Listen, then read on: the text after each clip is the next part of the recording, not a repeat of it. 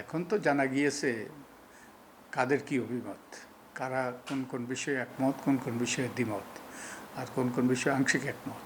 এবং আমরা এই আলাপ আলোচনার মাধ্যমে অনেক কিছু পরিষ্কার হয়েছে রাজনৈতিক দলগুলোর কাছে, যে কেন আমরা এই প্রস্তাবটা করেছি এবং তারাই বা কোন যুক্তিতে উত্তরটা দিল। তো এই যে মত বিনিময়ের মাধ্যমে এই যে ধারণা তারা পরিষ্কার হয়েছে এবং অনেকে তাৎক্ষণিকভাবে তাদের মত পরিবর্তন করেছে। তারা আগে হয়তো বলেছে যে একমত নয়, কিন্তু আলাপ আলোচনার প্রেক্ষিতে তারা মত বদলিয়েছে। তো এখন মোটামুটি কতগুলো বিষয়ে ওই যে নীতিগতভাবে ঐক্যমত সৃষ্টি হয়েছে অন প্রিন্সিপাল। এখন ওই ইংরেজিতে একটা কথা আছে, ডেভিল ইন দ্য ডিটেলস।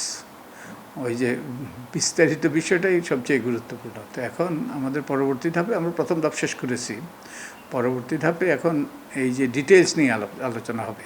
হ্যাঁ, ওই নীতিগতভাবে একমত, কিন্তু কিভাবে এগুলো বাস্তবায়িত হবে। যেমন সংসদের উচ্চকক্ষ, সবাই একমত, কিন্তু সংসদের উচ্চকক্ষটা কতজন নিয়ে হবে এবং এটা কিভাবে করতে হবে, কিভাবে এটা নির্বাচন হবে,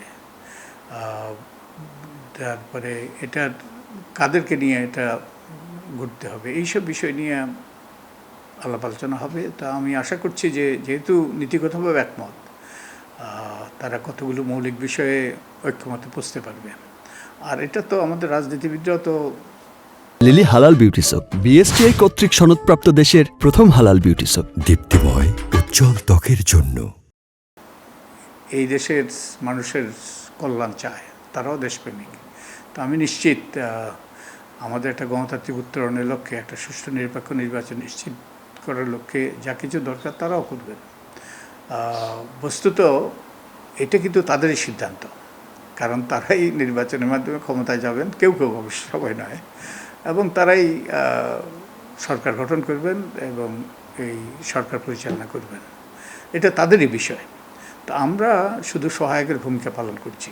আমরা এই এক এক দলের এক এক রকম মতামত আছে, আমরা সহায়কের ভূমিকা থেকে আমরা চেষ্টা করছি তাদের মধ্যে একটা ঐক্যমত্যে পৌঁছা যায় কিনা কতগুলো মৌলিক বিষয়ে। তো এটাই আমাদের পরবর্তী ধাপে আমরা করার চেষ্টা করব। স্যার, মানে মত পার্থক্য তো একটা ন্যাচারাল বিষয়, মানে আর এটা তো ডেমোক্রেটিক ওয়েতে থাকে মত পার্থক্য। মোটা দাগে কোন বিষয়ে মত পার্থক্য আছে?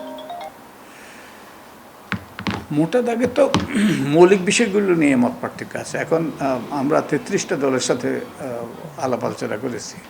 এই 33টা দলের ভিন্ন ভিন্ন মত আছে এবং এই সাথে সাথে অনেকগুলো বিষয়ে তারা একমত।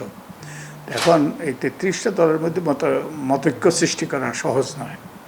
তবে যেহেতু নীতিগতভাবে তাদের মধ্যে ঐক্যমত্য হয়েছে, যেমন সংসদের উচ্চকক্ষ স্থাপিত হবে, এখন কিভাবে স্থাপিত হবে, কিভাবে নির্বাচন হবে, কাদেরকে নিয়ে নির্বাচন হবে, কত মেয়াদ, ইত্যাদি ইত্যাদি, আমি আশাবাদী যে তারা একটা ঐক্যমত্যে পৌঁছবে।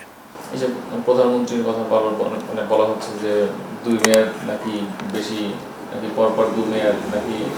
আমার মনে হয় 2 মেয়াদ এরপরে একমত প্রায় সবাই, কিন্তু কিভাবে 2 মেয়াদ হবে, সে পরপর 2 মেয়াদ না, যে সর্বোচ্চ 2 মেয়াদ, এইসব বিষয়ে মতপার্থক্য আছে। তারপরে প্রধানমন্ত্রী দলের প্রধান হবেন কিনা, প্রধানমন্ত্রী সংসদের নেতা হবেন কিনা, এইসব বিষয়ে সবাই একমত যে প্রধানমন্ত্রীর যে যে একচ্ছত্র ক্ষমতা, এই ক্ষমতা খর্ব করা দরকার এবং রাষ্ট্রপতির ক্ষমতা আরও বাড়ানো দরকার, ক্ষমতার ভারসাম্য সৃষ্টি হওয়া দরকার। কারণ তা না হলে আমাদের স্বৈরাচার সৃষ্টি হওয়ার ঝুঁকি থেকে যায়। কিন্তু কিভাবে, কত সময়ের জন্য, এগুলো নিয়ে মত পার্থক্য। তো আমি আশা করি যে এই মত পার্থক্যগুলো আমরা আলাপ আলোচনার মাধ্যমে এগুলোর অবসান করতে পারবো, একটা জাতীয় সনদ প্রণীত হবে।